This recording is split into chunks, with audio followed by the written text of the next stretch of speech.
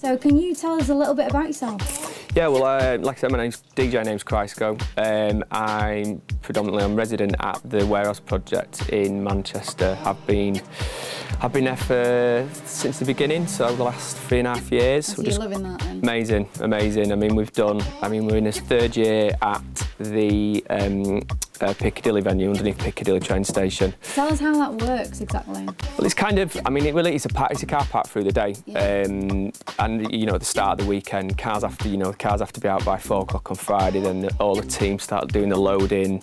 I think they have like 4 hours to do it, so it's a bit pretty hectic. It's an operation, yeah. Then it all gets packed away, you know, kind of in a big arch in a corner, and gets blanketed out for the cars through the week. It looks like a complete, amazing, transformed. She just won. Club, I mean, people. I mean, I bet there's businessmen who go in there, you know, every weekday through the week, and you know, couldn't even imagine what goes on in there. There's artwork on the walls and everything. Yeah, it's kind of. I mean, it's just the way it's produced, the production, I think, and it's taken a few years to get it right, and then little touches, and it's the lighting, and you know, the way the projectors are placed, and it's like I say, you know, we've learned through.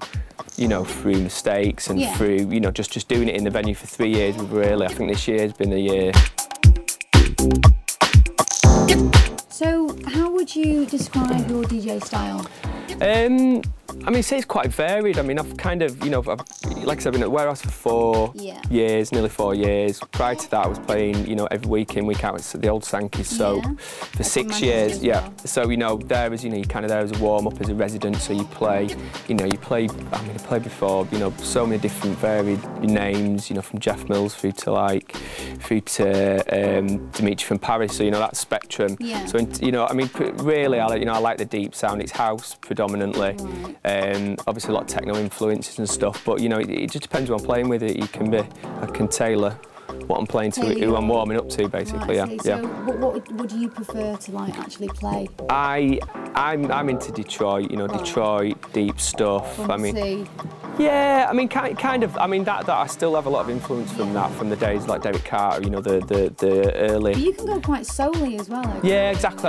One thing, I mean, I think even when you play music, even when you play techno, I mean, techno can have soul, and the best techno does have soul. So good shake your no matter exactly, yeah, no matter what it is, you know, it's got to have some heart to it. What do you prefer to actually DJ with?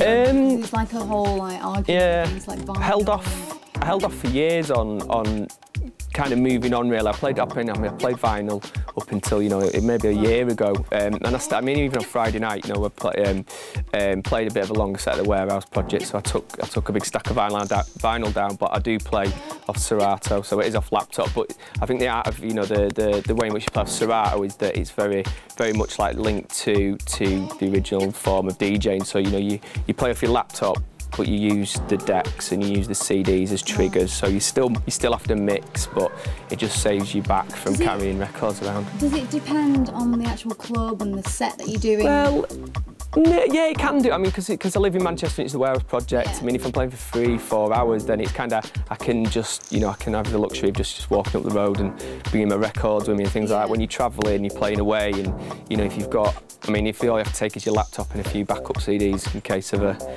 of a malfunction, then then it just makes it a lot easier, you see.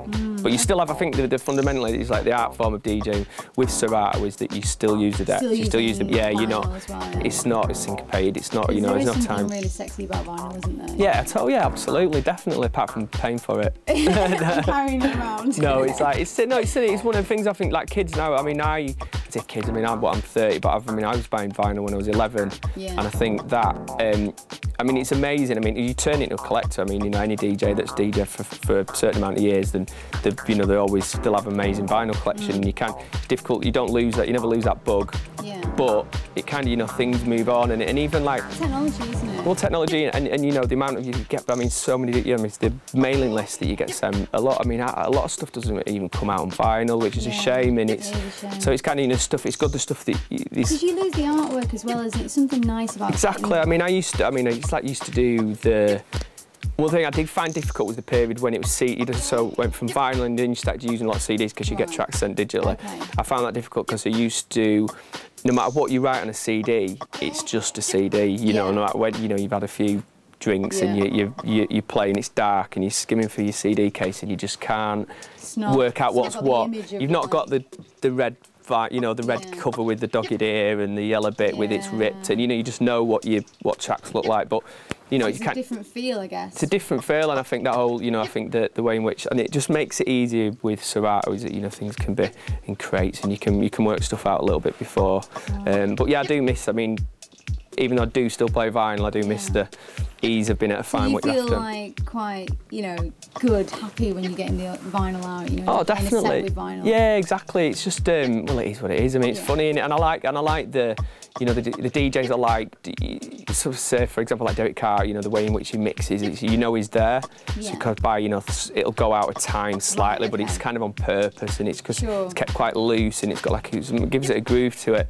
And I think that's what you get with vinyl. Yeah, it's like a Friday. Yeah, exactly, totally, exactly what it's about. Like on Friday, first time I played in a while with vinyl, and you know, you get the few skips and jumps, but that's exactly. Don't mind it. You know, it's not any. You know, if it jumps, it jumps. It's just one of the things. What was the first record that you actually bought?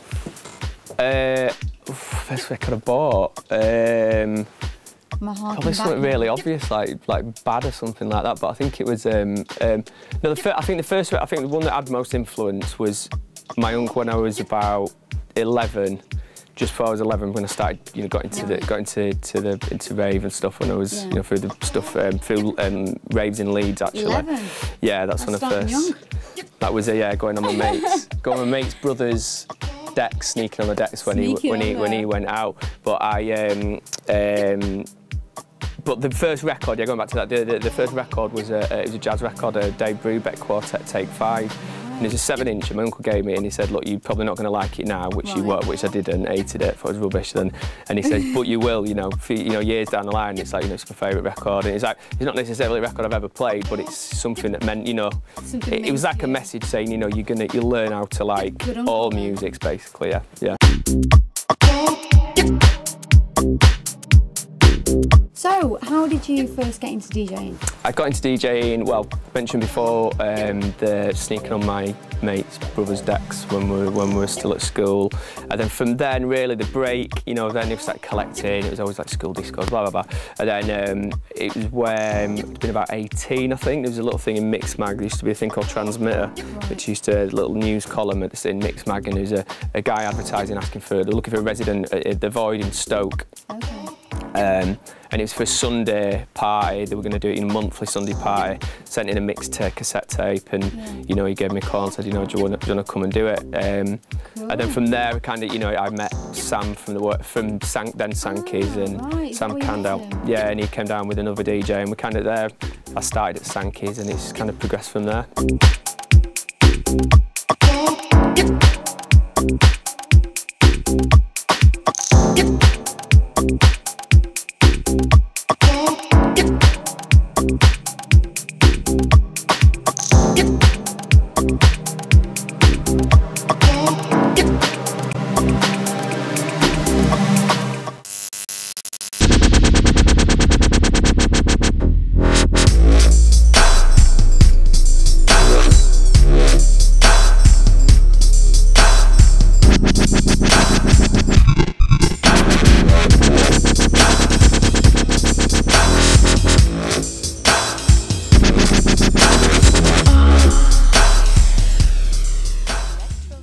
Elek Tronique.